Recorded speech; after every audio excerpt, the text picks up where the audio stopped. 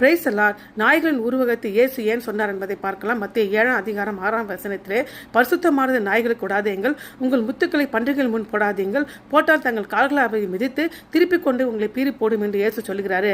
எல்லா மக்களையும் அப்பாவித்தனமாக ஏற்றுக்கொள்ளும் பிரச்சனையை தீர்க்க இயேசு இதை சொல்கிறாரு. சரி மற்றும் தவறு, நல்லது மற்றும் கெட்டது பற்றி சரியாக மதிப்பீடு செய்ய இயேசு நம்மை அழைக்கிறாரு. இங்கு 3 காரியங்கள் சொல்லப்படுகின்றன. முதலாவது, பரிசுத்தமானது நாய்களுக்கு கொடாதீங்கள். அந்த நாட்களில் நாய்கள் வீட்டு செல்லப்பிராணியாக இல்லை, ஆனால் அசுத்தத்தில் வாழ்ந்தன, தெருக்களில் ஓடின, உணவுக்காக வேட்டையாடின மற்றும் யூதர்கள் நாய்களை ஒரு அசுத்தமான விலங்காகவே கருதினார்கள். ஒரு நபரை நாய் என்று குறிப்பிடுவதன் மூலம் கடுமையான அவமதிப்பாக இருக்கிறது. இந்த நபரின் அந்தஸ்தை சமூக மட்டத்தில் மிகவும் கீழான நிலைக்கு குறைக்கிறது. இங்கே நாய்கள் என்பது இயேசுவின் சீஷர்களை எதிர்க்கும் அனைவரையும் குறிப்பிடுகிறது. ராஜ்யத்தின் சுவிசேஷன் செய்தி பரிசுத்த செய்தி என்றும் இயேசுவின் அழைப்பை ஏற்றுக்கொள்ளாதவர்களாலும் நிராகரிக்கப்படுவர்களாலும் அத்தகைய அழைப்பு தீட்டப்படக்கூடாது என்பதை குறிப்பிடுகிறது.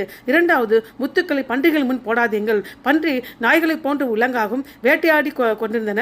பன்றிகள் பெரும்பாலும் ஆபத்தானவைகளாக இருந்தன.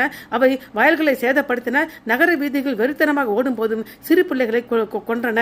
ஆகவே முத்துக்கள் என்பது பரலோக ராஜ்யத்தின் செய்தியின் மதிப்பை குறிப்பிடுகிறது. எனவே இந்த மதிப்புமிக்க செய்தியை பாராட்டாதவர்களுக்கு கொடுக்கக்கூடாது. இந்த செய்தி அவர்களால் நிராகரிப்பதன் மூலம் அவர்களின் இயல்பு வெளிப்படுகிறது. மூன்றாவது, பன்றிகள் திருப்பி கொண்டு உங்களை பீறி போடும் என்கிற உருவகம் பரலோக ராஜ்யத்தின் செய்தியை நிராகரிப்பவர்களின் ஆபத்தை குறித்து இந்த காட்சி சீஷர்களுக்கு எச்சரிக்கிறது.